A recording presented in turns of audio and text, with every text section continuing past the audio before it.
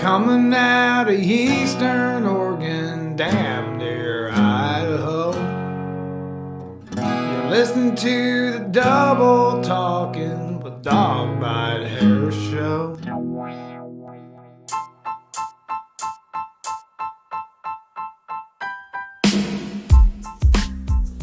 Thank you everyone for tuning in to Double Talkin' with Dog Bite. I am your host today. My name is, it's Dog Bite. On this episode, we got Jack Gibson from Exodus and Coffin Hunter on. He talked about a number of things.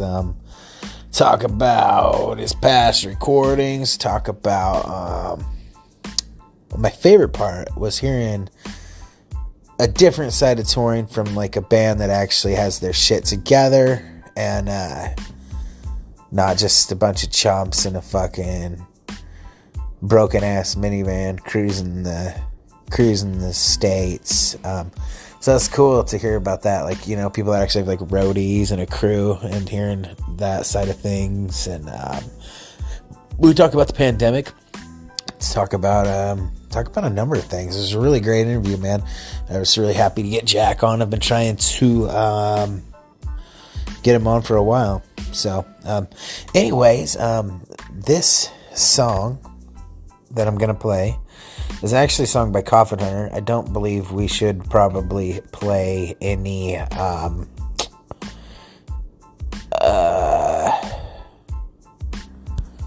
on.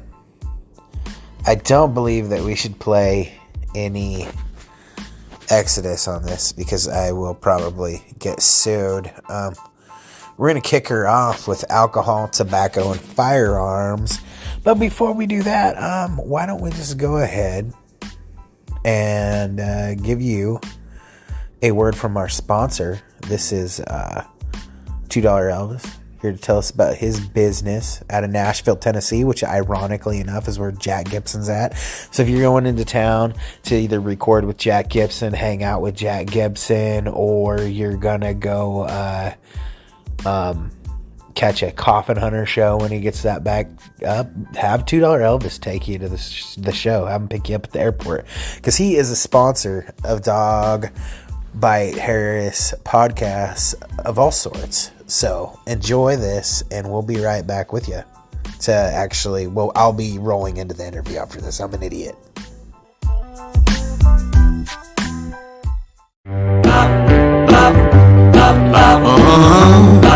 Howdy. My name is $2 Elvis. I'm the owner-operator of King of the Road VIP Chauffeur Service. That's the tour guide service where you take a tour of Nashville with me, the King. Well, look out now, I'm cruising around town. You wanna see the city, I'll take you around. Hop on in my baby blue sedan, but don't get jealous of my hundreds of fans. I'll show you the sights and all the bright lights. You say, Elvis, take the wheel.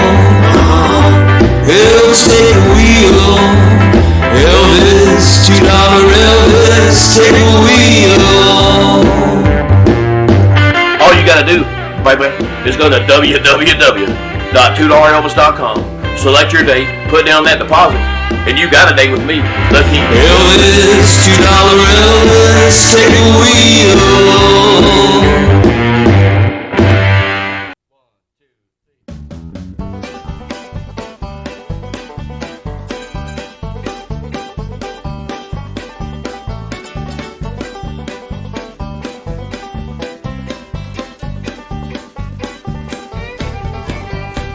Alcohol, tobacco, and firearms are three of my favorite things. So give me a drink and light up a smoke and give me a goddamn gun to sling. Pour a drink when day is done and smoke with my last breath. Grab your booze and smokes and guns and salute the ATF.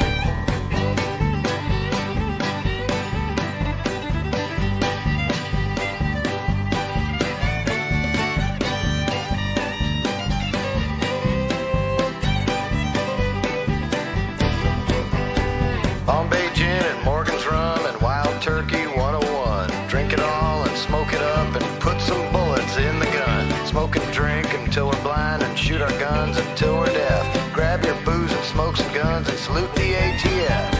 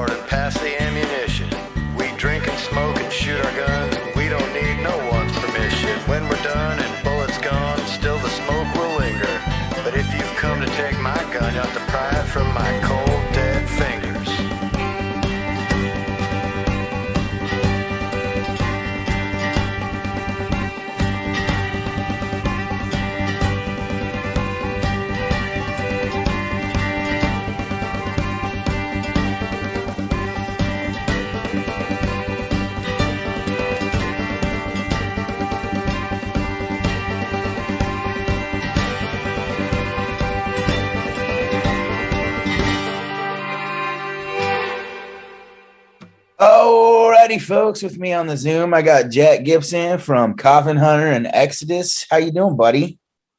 Good. How about you, man? Not too bad. I've been trying to get you on here for a minute. I'm happy I finally got with you, man. Yeah, for sure. For sure, man. Where are you at these days? I know for a minute you're kind of bouncing between California and Nashville, I think. I'm in Nashville now. You still in Nashville? Pretty much full time. Yeah, I mean, all the Exodus stuff still happens out in Cali, so I go back when I need to, but all my spare time is here. Yeah. Are you happier out there, you think? Oh yeah, totally. I love it. I love it out here, man. I mean, the city's just a great place. It's just full of good musicians, and even though it's not necessarily my bag, to be down on Broadway playing like that. Like, I love all the guys that are down there that do it. I mean, it's like a full contact sport almost. Playing down there. It's a different skill set than I have or whatever, but I really admire all those guys that are down there, doing it. And then off, the side, you can find like some real serious shit going on, man, here. Like, there's some real serious country players that, that they don't play down on Broadway, so to speak, but if you know where to look, like, you can find some really good shit, so. Yeah, I know. I've been thinking about getting off the West Coast in general. It's so fucking expensive over here. And I hear actually Tennessee's got pretty decent housing prices and stuff. So I've thought about heading that way. Now Felix Thursday was thinking about it too for a minute, because he applied. I was talking to him. Yeah, he ended up not taking it, but yeah, I mean, it's like, Nashville's getting really expensive because everybody's moving out here with California money, and so the rent and the prices are going up. All the old timers are complaining about it, but like, just outside of town here, in some of the more rural areas, yeah, man. I mean, you can get all kinds of house, So, and it's, I mean, it's cool all over this state. It's really cool. I like being right here in town because I'm right by the airport, and there's just all kinds of cool music stuff going on around here that I like being a spectator, of. But Chattanooga's a cool little town, and where I love Knoxville. It's cool. I love Memphis, man.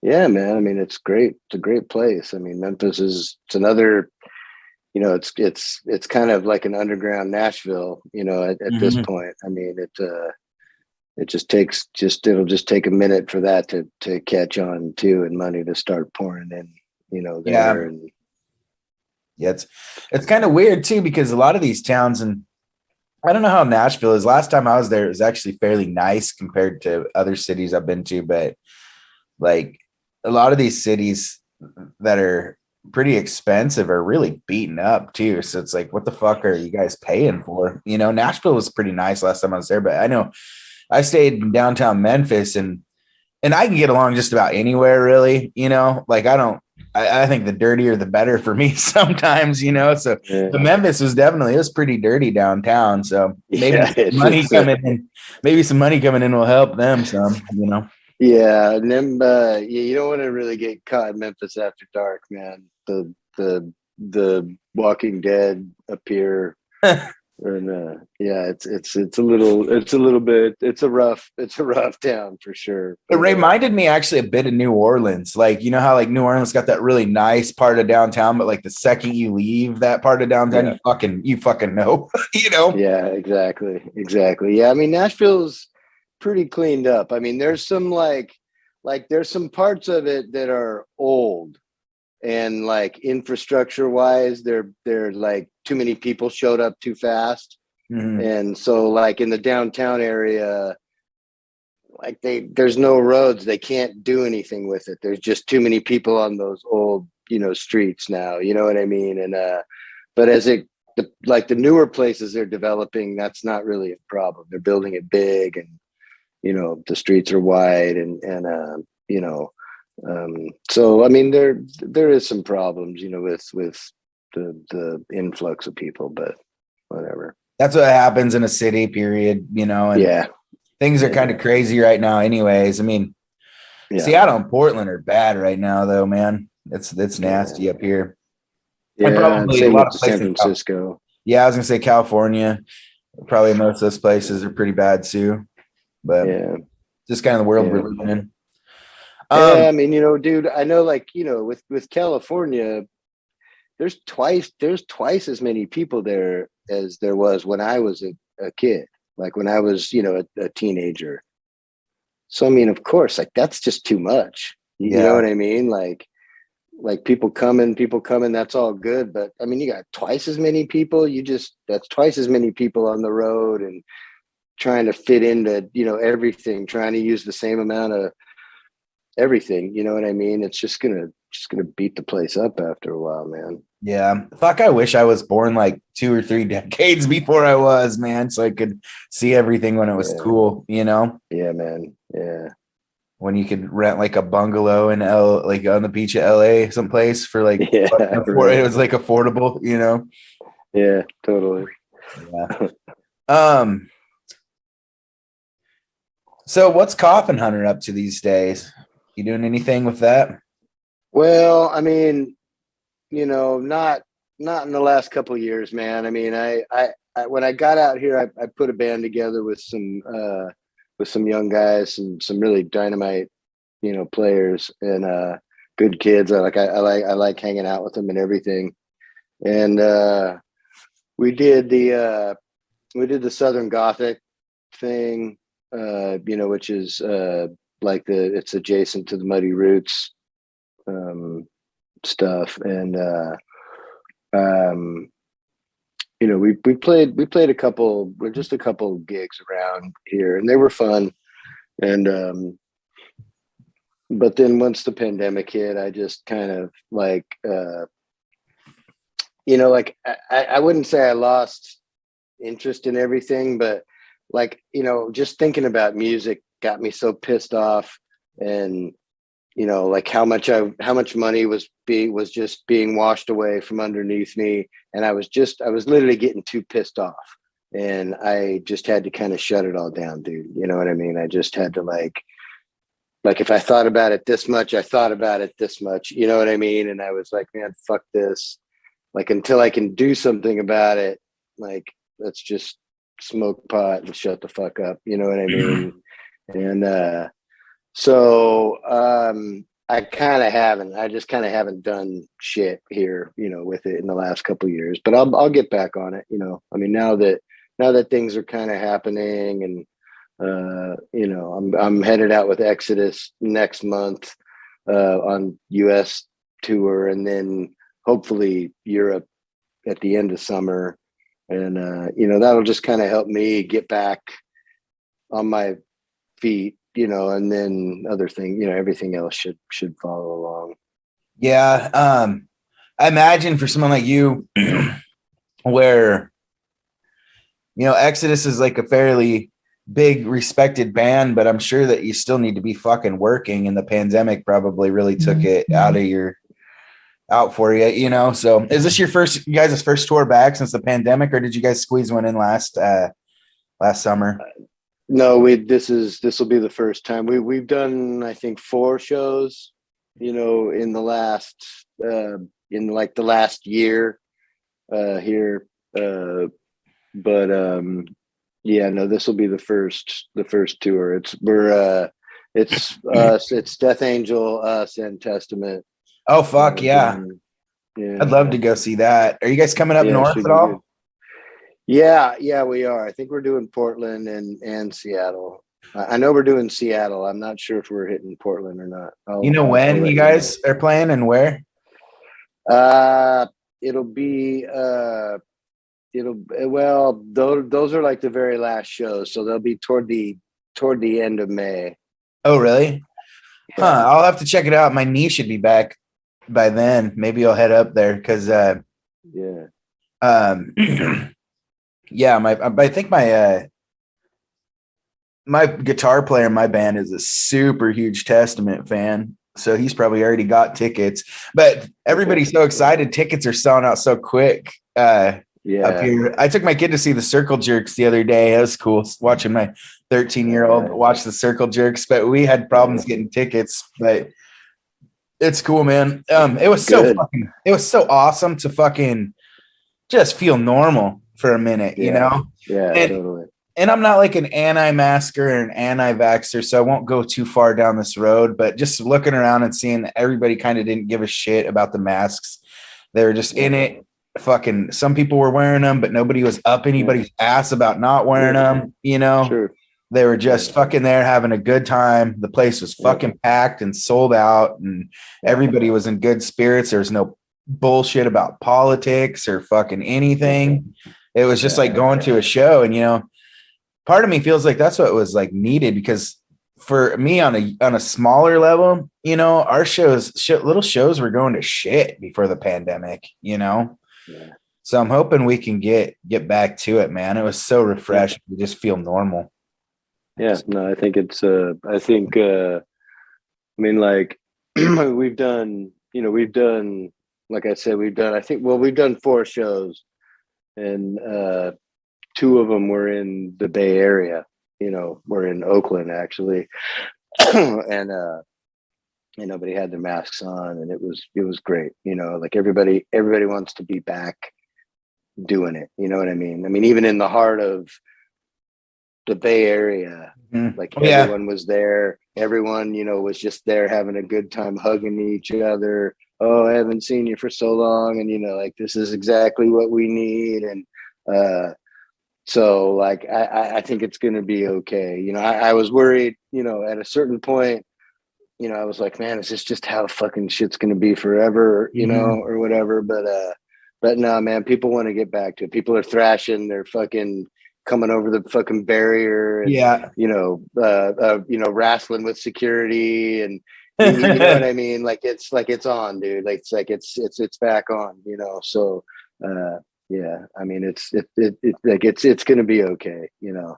Yeah, I imagine you guys are gonna have a pretty fucking good tour, because I imagine you'll probably play a similar venue to those guys, and you'll probably sell a lot of sold out shows with just fucking people that are just fucking stoked to be out, man. So this will probably be a really fun tour for you, man. I'm going to try to catch you guys when you guys are in Seattle. That's where that show is at too, Seattle. So it's like, that was part of what was so like relieving for me, was that it is such a town that is so cautious and so, you know, right. And then everybody's just feeling relieved, you know, because I'm kind of a moron. So I kind of just follow what my smart friends are doing. So when I see my smart friends taking their masks off and feeling good about being in big crowds, I start feeling a lot better, you know? Yeah, totally.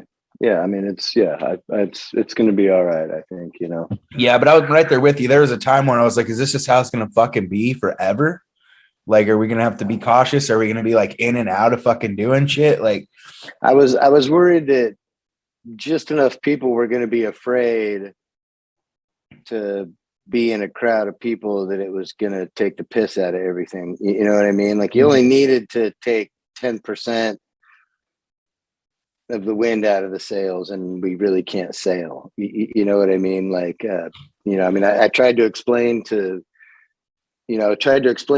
people that, you know, we're a business just like every other business. We run on a margin this thin. It's just like the restaurant or the bar, or, you know, like any business. Like, you know, the money you take in, you're spending most of that to keep your doors open, to pull a little bit of that off into your pocket. You know what I mean? And all they had to do is take a little bit off, and we can't do it. You know what I mean? Yeah. Well, I imagine it's kind of ran like you said, like a real business. So like some of it goes back into the band as a whole too, I bet. And then you guys probably have like a salary almost that you make, maybe just depending on how much you pull in off each show. Yeah, we just keep what's left. I mean, it's just manageable. But I mean, I'll tell you, like, you know, we only make money touring. Yeah. right? And I mean, we make a few $1,000 each when we record. Like that's about what's left over from the budget. It's nothing. Like, so we really make money touring. Do you guys And have like a contract for your merch? So you have to like have your label sell your merch for you too? Or are you guys completely independent at that level?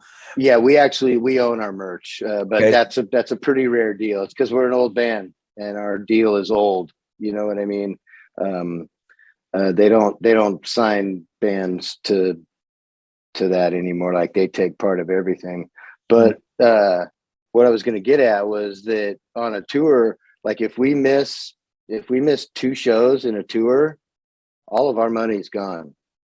Like we paid for the bus, we've paid the crew, and we paid the gas and the bus and the crew. There's no more money left. Like like the money we make is equivalent to the last 2 days of show money. So like that's all that we have to. That's all that there was to lose. Like people were like, "Oh, you're just fucking. It doesn't matter." Yeah, but they don't really realize you take just that little bit away from us, and it's like gas is too expensive. We're not like I'm not going to book a tour because it's going to cost me money. Well, I'm not going. Yeah. So Well, it's that's especially bad now. yeah, totally. And in fact, like the money that we thought we were going to make on this US tour is really looking, like we're barely going to make, anything, just because, I mean, you can imagine most of a budget is gas. Most of a tour budget is gas, whether you're riding around in a van or you're riding around in a bus, like most of the money goes into the tank. Yeah, I can imagine. Yeah, it's really, and then paying your staff, that's something I don't have to worry about. I'm not cool enough or big Yeah. enough to even need it, I've Yeah, been right. staff. Yeah, right. Yeah, right. Never needed it. But I mean, having been working on other tours, like you get why, a bigger tour needs some people to help. You know what I mean? Like, cause like our merch that's a lot of our money. You know what I mean? And you need somebody who's thinking about that all the time and thinking about what they have to reorder and, where it's going to come and, making sure that the place isn't ripping us off, like all that, so like having that person there to do that makes us a little bit of extra money. Yeah. You know what I mean? Because like that's part of the business there. You know what I'm saying? So, you need somebody there all the time selling shirts, because who knows? I mean, you'd miss so much money by people just walking up and then walking off and not coming back. It's like, I know from a personal standpoint, like me, I walked past the circle jerk shit like 4 times and like, should I buy a $30 shirt? I'm pretty broke, and finally I stopped and did it. But if there wouldn't have been anybody there that last time, I might have just walked out, Right. There's probably fucking 100 people at shows that size that do that same thing, and that's 100 people. It's like $3,000 you're probably missing out on. And our merch person is an expert at seeing you do that and going, "Yeah, hey, can I help you?" And then she draws you in and makes you buy it. You know what I mean? Like, like you go, "Oh, well, like, yeah, all right, I'll," and it did, it's just that little thing, like, would you like fries with that, sir? Like, like they say that for a fucking reason, because like you go, yeah, okay, I'll have fries, like, it's all that, you know what I mean? Mm-hmm. Well, yeah, and it's customer service like anything, and it's hard work, man, and especially if you got a big display, because it's just like packing in gear, keeping organized on top of that. It's just like, if you're not organized, you're fucked. And pardon me, I wasn't a really good merch guy because I wasn't super fucking organized, like my shit would get all fucked up. Yeah, no, and that's part of it, because you gotta start counting in and counting out, and some of the places, they want to know what you're counting in and out because they're charging you, part of it, and it's all that stuff, you know what I mean? And you gotta just be able to roll with it, and that's insane to me that they charge you a fucking piece of your merch when you go in there, Yeah, it's it's you know that's Is kind that of a new thing. thing, But or has it been norm for a while? no, it's a normal thing, and like a Yeah. lot of the places they'll they'll sell it for you. Oh, You know what I mean? So you can't even cheat. You know what I mean? Like you got to count it in. They sell it. They go, "This is what we sold," and you count out the rest, and they pay you out basically and hmm. keep their part. Like theaters do that a lot. Um, I mean, it's a pretty standard thing in place, in certain places. Not so much bars, but the more upper, the more bigger the place is, that's pretty common. What's an average cut for them? Oh man, it can get up to 20, even 30% sometimes. Fuck, no wonder shirts are like $40 when you get up to that fucking. Yeah. Well, because that's all we do is just we Yeah, well, you're hike the price. still making the same amount of money as I would off of selling a $15-$20 shirt, Yeah. Yeah. I mean, because they don't ever sometimes. take a And cut then off mine. yeah. No, I mean, and that's part of it. I mean, that's I just remember the the way first it time they is. told a venue told me they wanted to do that. I was like, I'm not playing here because like Yeah. I just wasn't used to it, man. It's just like Yeah. norm for me. Yeah. I mean, it's just, it's just the cost of doing business, at a certain point. Like, do you want to play the bigger venue and have more people in there and you get, because it's always like, for your merchandise, it's always how many people per 100 did you sell to? Like that's the number that you're looking for. That's what Metallica figures out in the stadium. Out Yeah. of 100 people that walked in the door, how many people bought a shirt? And you're always trying to up that number, and so that's kind of the only way to count those things. I mean, so the bigger place you are, the more 100 there is to sell. That's just how those guys think. You know what I mean? I mean, at a certain point, when you like, when you go and you talk to the guys that are like the guys that are running Metallica's merch or like the Red Hot Chili Peppers merch, it's probably the same fucking people. They don't give a fuck who the fucking band is. Like they sell shirts. They don't give a fuck who fuck the band is or what makeup they wear or fuck it. They don't give a fuck.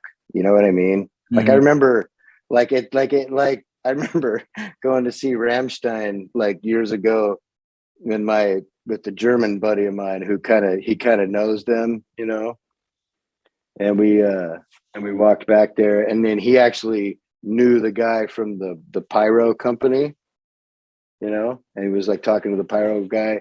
That pyro guy had no fucking idea who the band was. They're like, I don't know, this fuck stupid heavy metal shit. So they would fucking poke each other with dildos. This is stupid. He's like, they hated Rammstein, but they were like, yeah, but they pay me to light them on fire. So fuck it, when it gets to that level and those crew members, they don't give a fuck who the fuck, they don't give a fuck who the fuck the artist is. Yeah, I'm sure. Especially, yeah, I'm sure it's like that a lot. I mean, it's like Metallica one night, Disney on Ice The another next night. night. And, you know what I mean? Like they don't give a shit, dude. They don't care. You know what I mean? So Kurt Hamnet started or was like one of the founding members of Exodus. Is that right or no? Yeah, well, he was pretty much the founding member. Yeah, he was basically the original guy. Yeah. Were you in the band then? Oh no, I was way after that. Really? Yeah. Yeah, I thought you were one of the Yeah. original members for some reason. No, I've been in the band for about 25, 26 years now. But I mean, that was all like 30, like 30 years ago, 35 years ago and stuff. Him, Kurt and Tom were in high school together, and Gary, and they were like BMX punks, together, and then they all kind of ended up, playing in the band. And then when Kurt left to join Metallica, that's basically when Gary kind of stepped up and took over the Exodus. Okay. Mental. Yeah, I thought that was what I heard. Mm-hmm. So how many original members are still in the band? Well, Tom and Gary, basically, the drummer and Gary and the guitar player, Gary. Zetro, the singer, kind of, he wasn't on the first album, but he was on, like the 3 or 4 subsequent albums that got big. And so, I mean, you could kind of count Zetro too, Yeah. Well, it sounds like you guys have all been pretty much the same core band for a while, though. So that's pretty cool. Yeah, it's been this lineup for quite a while. Metallica's had more of a changing lineup than you guys have. Well, yeah, I mean, kind of. I mean, there's just the bassist, but yeah, yeah. But I like Rob. I mean, he's a fucking awesome bass player, man. Yeah, man. He's been nothing but, like, I've met him just a couple times, and we did this jam thing, one of Kirk's events, and he was there, and he's just was fucking so cool to me, man. Like, I couldn't, believe. I was like, man, you're in Metallica. Why are you so nice to me? You know what I mean? Like, and not only that, he's like one of the baddest motherfuckers anyway. He's rad, dude. Like chops wise, he's just the shit. So I remember when that Saint Anger album came out, everybody was shitting on him like it was his fault. And I was like, I think the bass player is the best fucking part of the fucking the band right now. Well, he ain't got shit to do with it. Leave him alone. alone. Fuck no. It's not Lars's fucking drumming was what really fucked that whole fucking album up. They were trying to just adjust with the times and it didn't work, and whatever. They're allowed to have a shitty album. Everybody's allowed to have a shitty album. Fuck, man. They were just trying their thing. You can't. I never fault Metallica for trying to do something that ends up not that, like, if I don't like it, like, who fucking cares? Yeah, no shit. Like they have fucking people, their crowd goes off the horizon in the bend of the earth. You know what I mean? And it's like, so if I don't like it, I'm wrong. You know what I mean? Like, yeah. I mean, they did. I mean, you gotta give it to them. I mean, like, people who don't, like that stuff, real purists and want the thrash and the old school stuff. And, like, I get that. And Slayer did that, like, Slayer stuck to their guns, till the very last day. And they were awesome for it. But, like, Metallica brought the word metal, like, to the world. Like, it brought it into every house, in the world. And, like, they're cool, man. Like, they're cool, whatever. Yeah, they're one of the biggest bands in the world, They're the biggest. Yeah, the biggest. They're by a lot of metrics, they're the biggest band there's ever been. Yeah. I don't know. I've never broke it down, but I guess you're probably right. I mean, there's probably not too many more that are bigger than them. If there is, they're probably dead. Especially, like, when you consider, like, touring, like, what they can do touring wise. There's really almost no other bands in the world that have ever been able to do like them and Iron Maiden really. Well, have like all these claims to biggest band ever because, like, they can play anywhere, dude. I mean, they can throw a dart at the map and just sold out. Yeah. Would you put the Rolling Stones in that same category, though? They don't generate the same amount of money when they tour. It's really kind of weird. Like they don't. Yeah, because they're, well, for one thing, I think they're older, and Metallica can go on tour for 100 fucking days still if they want. You know what I mean? And they do that kind of weird shit. But Rolling Stones didn't just go play Antarctica. Yeah. Right? You know what I mean? Rolling Stones don't just throw their own fucking festival and lose money and, like, make a 3D movie. Like Metallica has the command over Like all of these parts of the business that like you don't think about just by looking at it, but I mean they're by many metrics they're the biggest band there's ever been. Yeah, I mean, you'd probably know more about that kind of stuff than me, but I guess I'd never really thought about it, but it makes total sense, you know, if you think about the size of their shows and how the vast variety of people that want to go to, you know. Well, and you just got to think about like there's this weird thing about, you know, metal, you know, is that it's everywhere, dude. Mm-hmm. Like you can look in any neighborhood in any fucking country, there's a metal kid. Yeah. Who loves Metallica and can sing the fucking words, and he gets it. Like he gets what metal is about. Like metal transcends all of these like, you know, ethnic and you know, cultural divides, you know, which like music kind of doesn't, because a lot of the time music is that it's cultural or ethnic. So, you know, like country music, like it kind of sticks in one spot, because once you get outside of, you know, the South and outside of America, it doesn't make as much sense. Mm-hmm. Right. You know what I'm saying? So yeah, like it kind of stays in one spot. Like metal, all of a sudden, like, I don't care if you're in fucking like, dude, we've seen these videos of like, you know, these Aborigine towns in Australia where they don't even get mail half of the year. They're so cut off, and they all the kids are like into fucking thrash. Like they all have like Megadeth shirts, and they all get together and like mosh around, you know, with their cassette decks and stuff. Like it gets into it gets into everywhere. Metal just goes everywhere, and like you can really see that on the streaming data. Mm-hmm. Right? Like I don't like the streaming shit, but one thing about it is you can look at it and you can see where everybody's coming from, who's listening, right?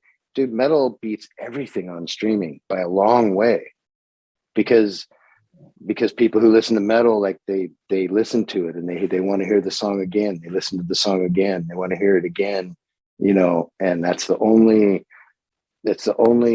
you know, song, you know, genre of music where people just play it and play it and play it. Most people just listen and pass and pass and pass. Like for some reason, like on a global scale, metal just is crushing everything. It's insane.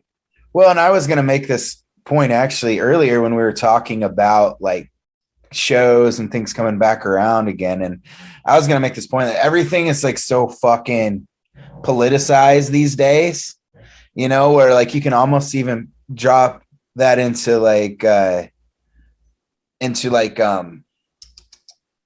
music, you know, where like punk rock's probably more liberal, or at least, you know, libertarians or independent people, you know, but metal, like it's straight up the middle. Like there's conservatives, there's liberals, there's, you know, there's not a preferred political party that you can set your watch to with that scene. So, you know, because it speaks to everybody, you know? Yeah, because even the political, you know, type songs, I mean, it's really like about how it's really about how harsh, you know, something is, you know what I mean? It's really not like, oh, you know, pointing a finger at it. It's like, you know, these priests fucking rape kids, you know what I mean? And it's like, you know, it's like shining a light on the darkest parts of society. And it's, you know, and it's kind of equal opportunity,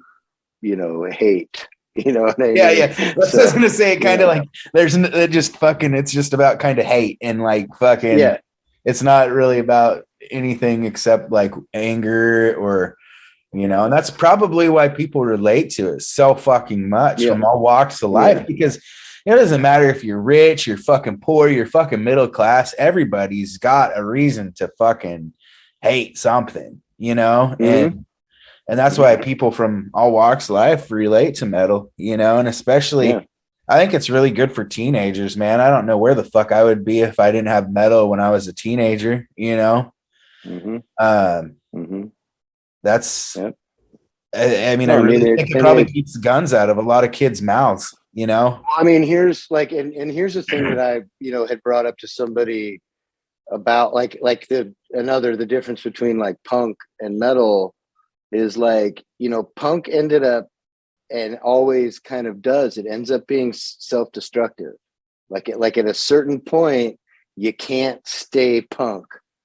Yeah. You know what I mean? Like at a certain point, you can't. But metal people, you can be metal. You can be old, gray haired with your fucking, old fucking, you know, Agent Steel shirt that's gray, from fucking 1983, talking shit. You're still metal. You know what I mean? And yeah, like metal people, got jobs, had kids, raised families, did all the like lived in the world and stayed metal. Like you could still, you drive your family van, but you were still a fucking Slayer fan, and and you would get tickets to Slayer and you go see them with with your friends if you could. But like punks died kind of because you had to be consumed with that lifestyle, or you're not, or you were sold out or whatever.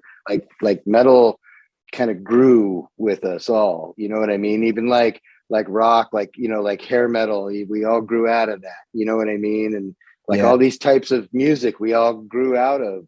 For some reason, metal, it was just like so, like you said, it was so straight down the line that you never like had to grow out of it. Like you were still like, nope, I still believe that. You know what I mean? And so, we have at our shows, like sometimes we have 3 and 4 generations.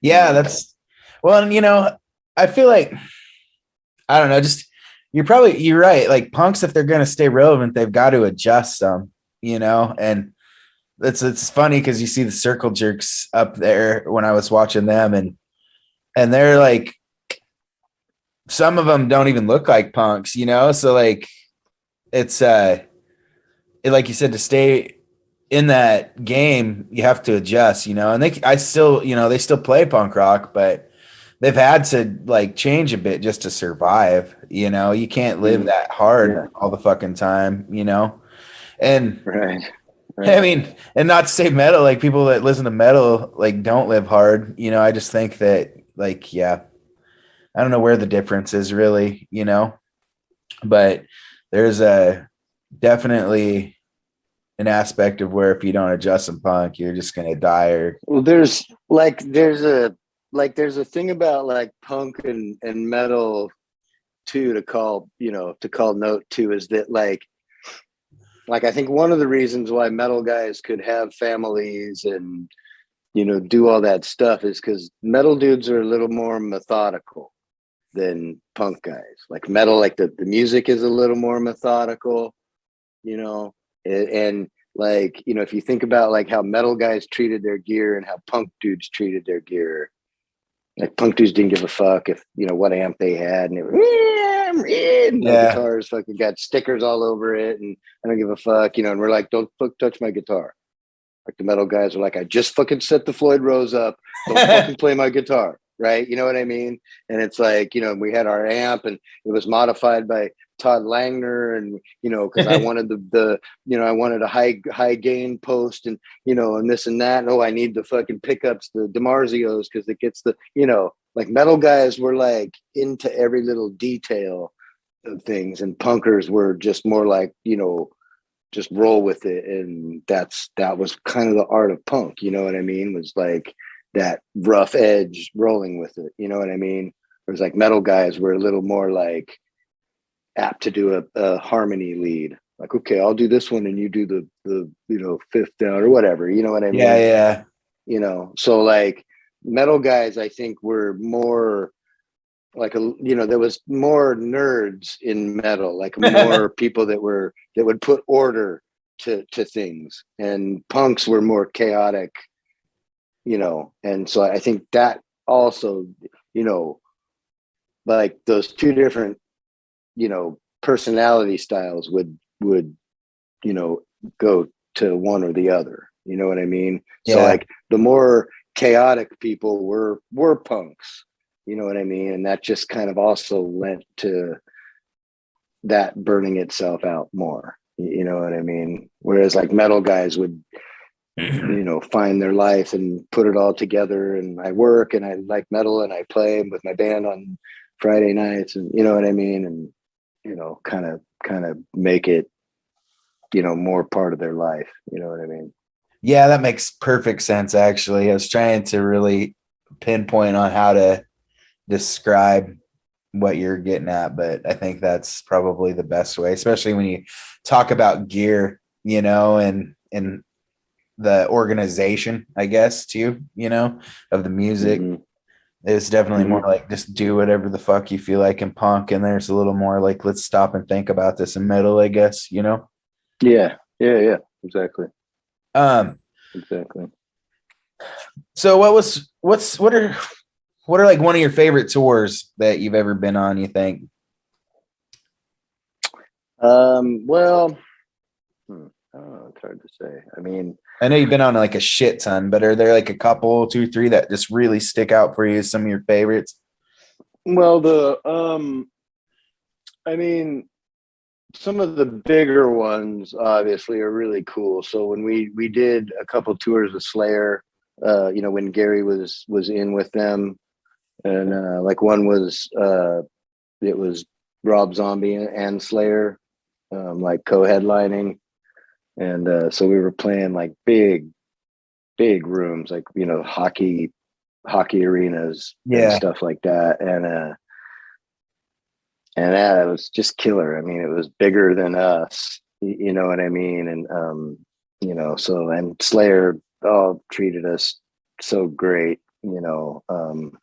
It was like we were just kind of in a better spot than we, you know, should have been, you know what I mean? And so you know, we were just getting better catering than we should have been, and, you know, just playing bigger, you know, playing stadium rooms that we have, you know, we can't get there on our own. It's weird to hear you talk like that, because like you guys are like huge to me, you know. Well, I mean, we're a bar band still, though. I mean, like on our own, like we play, you know, we play the Hawthorne, you know, in Portland. You Yeah. know what I mean? You know, even like, you know, on this tour with Testament and Death Angel, we play the bigger place there. I can't think of the name of it right The now, but ballroom. the ballroom, yeah, yeah. You know, so uh, you know, so playing with like, you know, Slayer. There was the Slayer Suicidal run too, Oh, that was also like pretty cool, just because that was pretty nostalgic, you know. yeah. But I was gonna but there say I was, you was know, surprised you didn't run into Rob when he was with Suicidal Tendencies over Metallica. yeah, that was just earlier. We Was hadn't it? really, yeah, we hadn't really hooked up with them when he, you know, back when he was still in the band. Um, there was a couple, you know, there's these tours in Europe during the summer where we're hopping around to festivals, Yeah. and you know, like, I mean, I can recall a couple summer festivals where once we calculated, like, it was a 1 million person summer, you know, because I mean, we were playing, you know, 50, 60,000, you know, festivals, like three of them a week, you know, three, four of them a week for a month. And, you know, played all the big ones, you know, and so there was some summers where it was just really fun. One of them I remember was we were on tour with 3 Inches of Blood. You remember Three Oh Inches of Blood? yeah. They were And we huge for were, a minute. yeah, they were fucking killer. And we were doing that. We went to all the big festivals together, and we actually shared the bus, and we just raged our fucking faces off, dude. And like, I mean, I just remember being at like some of the festivals. Like one of them, we were at the Zagat Festival. It's by Budapest, and it's supposed to be the biggest festival on the planet. Yeah. And we were playing at this, you know, tent way off to the side, and then when we were done, me and Shane, we made drinks like this big, in like these cups that we had, and filled them with vodka and went out into the hinterlands of the festival. And I mean, just we got so shit faced. We shot archery and just we did all kinds of shit. Went up in the crane above it, like we were just wasted, and it was just total awesomeness. Rad. That sounds like fun, man. I bet a lot of those European tours are cool. Yeah, they are. The festivals are pretty fun, to be at. Do you guys do a little better over there than you do here? Like a lot of bands I know do great over in Europe, but they kind of tend to break even because it costs so much to get over there and do everything. But money's better, the crowds are better. I mean, we've always done a little better over in Europe, especially with the old school thrash, crowd over there in Germany and stuff. But 10 years ago, our money in the US actually ended up being better.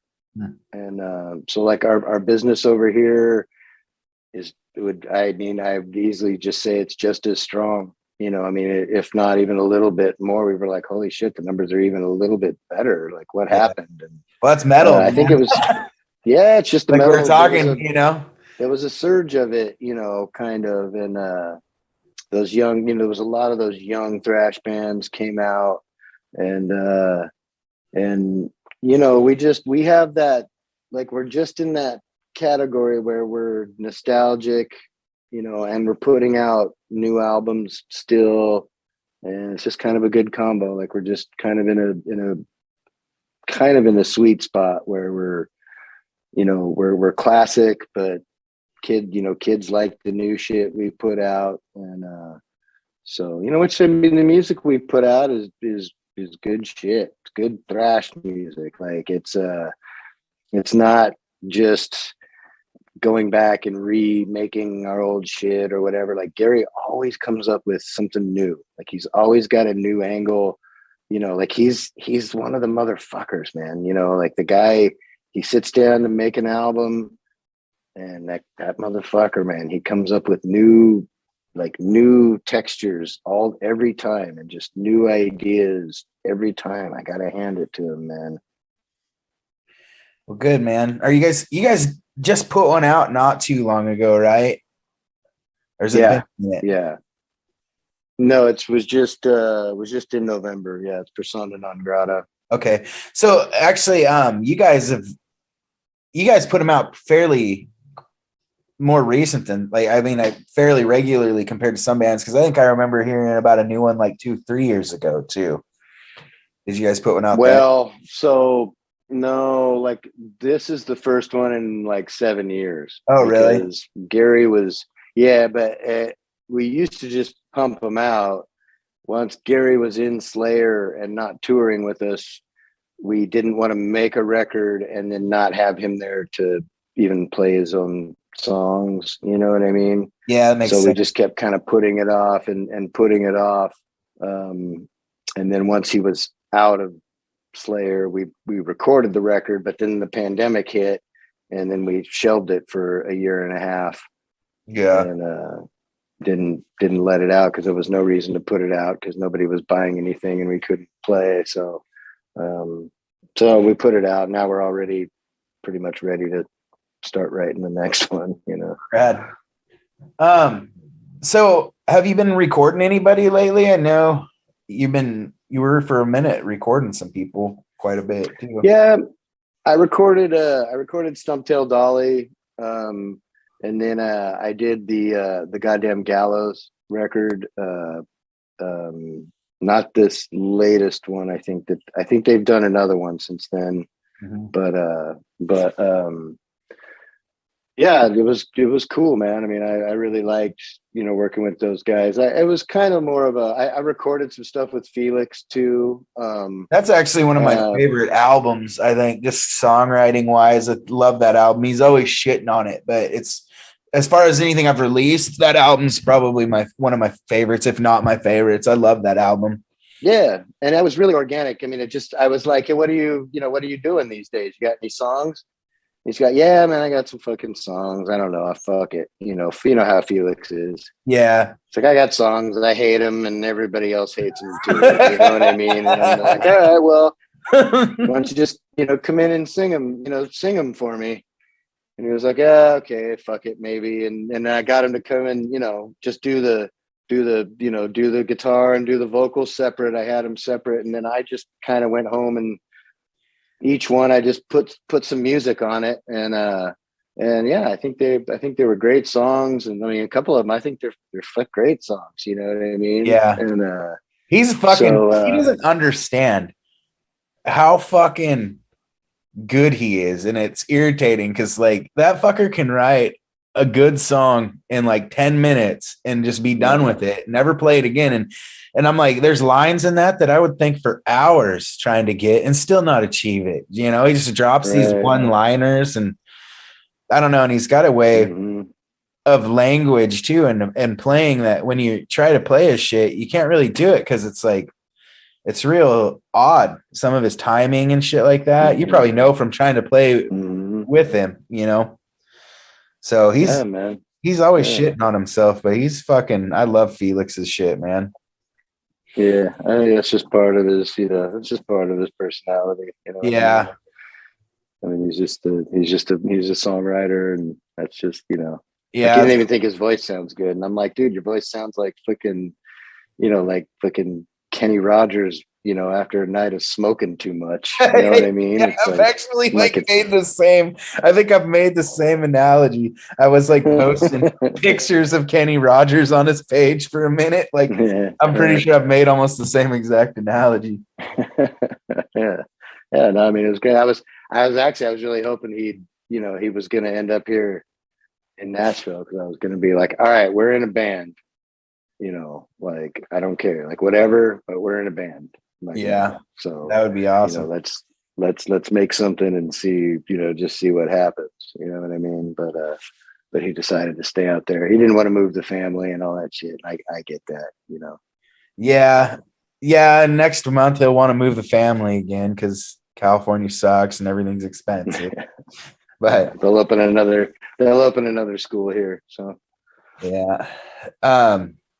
So like, speaking of country, man, like, is that something that you've always, because I know first time I met you was in Folsom, and I was selling merch for Bob. So is that like, is country something that you've always kind of liked, or is something you got into through like a newer artist, or like, is it just something, because like it's kind of, I mean, I guess like Hank 3 did kind of bridge a gap between metalheads and country people, at least, our kind of country. Like, how did you end up getting into that kind of stuff? Well, I mean, even when I was a kid, like I liked country music. I loved Glenn Campbell, and like Convoy was one of my favorite songs. I knew every word to Convoy. When I was like, they'd make me come at Christmas time and go do the truck song, I could do the whole fucking thing. And then it was, I don't know, man, it was at some point we were on tour and we were watching Oh Brother Where Art Thou every night on that tour, and quoting all the quotes from it. And at some point I just was like, you know what, I'm gonna get a fucking banjo and learn how to play it. It was the part where they're running and stealing the pie. It's the little montage part in the middle, and there's a little banjo playing. And I was just like, yeah, I'm gonna get a banjo and learn how to play it. They're like, yeah, whatever, fuck you. And and then I got home and I got one and I started picking on it and I liked it. And then I went and got a book and started, and then I just kind of fell in love with it. I really fell in love with bluegrass, first. And then it all just opened up again to me. Like country music opened up again. Like I learned how to listen to it, again, like at that point in my life. Like I was kind of at that age where I was a little bit older, and I was like, oh fuck, all this shit happened to me too. Fuck, I'm like, Johnny's talking to me. He's talking to me. I can feel it, And and it was kind of then I realized, that countries that's just our stories. You know what I mean? It's just like the blues, man. It's just our stories, man. It's stories of us, and then it just kind of really captivated me again, and I could go back and listen to any era of country, and it like would take me into that time and place, and I really kind of reacquainted myself, with it at that point, and I still love it. It's like I get it, you know what I mean? Like when I hear old country music, I'm like, that's cool, and like I get it. I love it. Yeah, that makes sense, man. It also makes sense that you got into bluegrass before, because that's kind of like hillbilly heavy metal, really. Yeah, like the picking, it's real fast. Yeah, absolutely. That totally seems to make sense, and kind of seems like a few metalheads really like that old bluegrass, because it's really fast and really I don't know, it's just fucking rad. Old bluegrass. I mean, it's also, it's something that metal is not, which is it's an improv, musical form, which metal is not. We don't improv in metal. You stick to the fucking song. You know what I mean? Like I've literally like been playing and recording and like done, played it this way instead of this way. And Gary's like, no, that's wrong. I'm like, it's the same note. No, that's wrong. Yeah. It's the note. It's the same note, but here you play it here. I imagine there's a lot of that. And I'm like, oh yeah, but he's right. Like if I don't do it here, I can't pull that note off. Yeah. Right. And that's part of the, that's part of the lick. You know what I mean? So yeah, I imagine there's a lot of that in metal. I know when I was a kid growing up in like small ass town, there was, a few of us that were trying to play. I was actually probably the worst, but there's an older kid that was super into fucking metal. He's a big Exodus fan, but he and this other guy that we'd play with would always just crash, because like that guy was like into Korn and like some of the newer metal stuff. So they would fucking get into it all the fucking time over that shit. All the fucking time. Yeah, he's one of those guys that I know that's like really particular about shit. He's good. He works for Walmart now. A riff. I always thought he would be fucking crazy, like famous and get into some big band somewhere. But yeah, he's like a manager for Walmart now. Like it's weird. Who makes more money than I do? Yeah, it's weird growing up, like watching these people that like are so into music training you, and then you kind of are you're like the worst one out of all of them, but you're the one that ends up out on tours and stuff. Yeah, right. Yeah.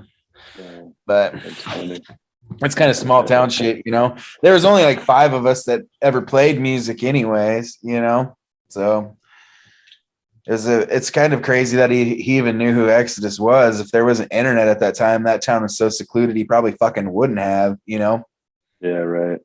Because this is how it is. It's hard to get anything in that town. But well, shit, man. Is there anything you want to add before we fucking get off here? No, man. Just we'll be out, with Testament and Death Angel this in April and May. So yeah, man. I hope I get to see you.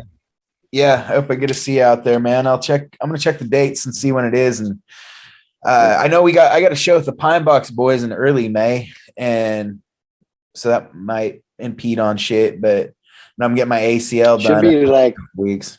Should be thereabouts around May 20th. Okay, rad. That's around payday. So, but yeah, I think they were talking about going anyways, but I didn't know that you guys were playing. I know that Kevin was talking about going to see Testament, so I didn't realize that you're on that tour. So maybe I'll head up there and go hang out with those guys and come see you. Yeah, for sure. But rad, yeah, I'll let you know if I come up. If I know you'll probably be busy, but if not, maybe we can go grab lunch or something. Yeah, I can always hang out at least for a little while. Yeah. You know. Right on, buddy. Well, thanks for coming on, man. I'll have to get you on here again sometime. It was really fun talking and just hearing your dude. Hearing your stories and stuff like that. And I really enjoyed actually hearing your comparison of like doing bigger shows compared to little shows, like, and how the operation of the business side of things work. That was really fun. So yeah, it was great having you on, Jack. I'll have to get you on again. Kill it. All right, brother. Yeah, I'd love to. All right. Thanks, buddy. All right. We'll talk to you later, man. Bye. Have a good day. Okay.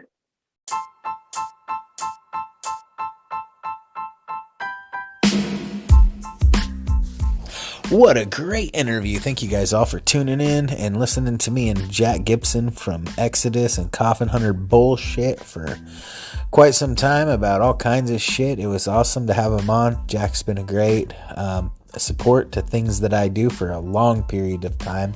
I appreciate him very much and appreciate him coming on. But yeah, so anyways, we've been getting lots of views, so thank all of you for listening too. And speaking of getting lots of views, like if anybody on here would like to sponsor, I'm taking sponsorships, man, and I'm about to go in for a knee surgery and all this shit. So I got all kinds of shit going on right now that's putting me down. So anything helps, man. And if you got a business you want me to promote, I will promote the shit out of it on all my podcasts, just like $2 Elvis. So yeah, and coming up this week on the podcast network should be another episode of Useless and Alone coming up pretty soon. The episode with Ruckus, the Rise and Fall of Ruckus, is up right now. Go check that out. Useless and Alone is only streamable on streaming services. There's no YouTube for that one. And Matt Mark's podcast got a new episode up this week. And coming up later in the week, got an interview with a brand new band that I just met. And they're not brand new to me, but I met them via Facebook. They're out of Grand Rapids, Michigan, called Ernie Clark and the Magnificent Bastards. Got a couple of those members on. That was a great interview as well. A lot of fun interviewing those cats. And let me think. And then, yeah, that'll be it for this week. So we should have a new episode of Useless and Alone, like I said. But in the meantime, go listen to all that. Be looking forward to the 2 new episodes. The one of Useless and Alone and the one of Ernie Clark and the Magnificent Bastards. That'll be up Friday. Useless and Alone should be up maybe Sunday, actually. So, yeah, I fucked that up. So we'll send you off with some Coffin Hunter. What do you guys think about that? We're going to send you off with Strippin' Banja Anna. Sounds like a classy gal. That's what we're going to send you off with. So, thank you guys all for tuning in.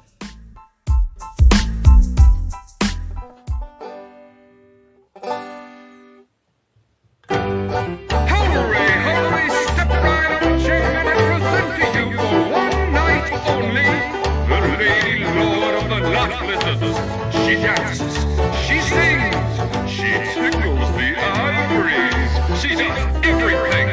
Do not hesitate for the queen of the ecstasy. Come on, the beautiful, talented, stripping banja. Well, I met her on down in Texarkana. She went by the name of Banja Anna. Dancing on stage, she was half of my age.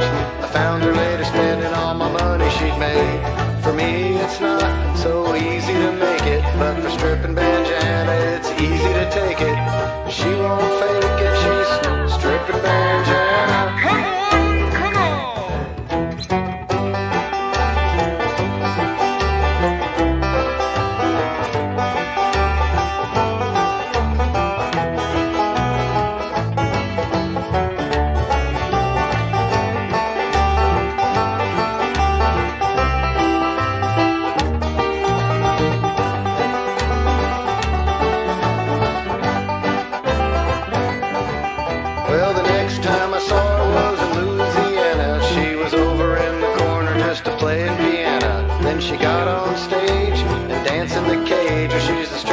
this damn thing anyways. But when it's stripping time at the 5 and dime, I know where to find that gal of mine. She ain't tripping, she's stripping Banjana. Do not hesitate for the queen of the interstate.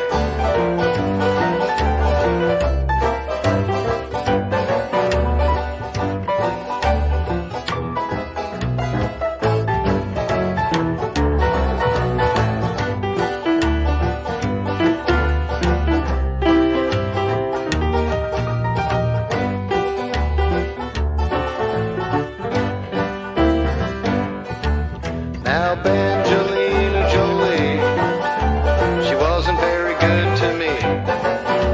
And Banji Angie sure could pick a mean tune, but she wasn't a very pretty sight to see. Well, now she's off to her next endeavor, but our paths will cross forever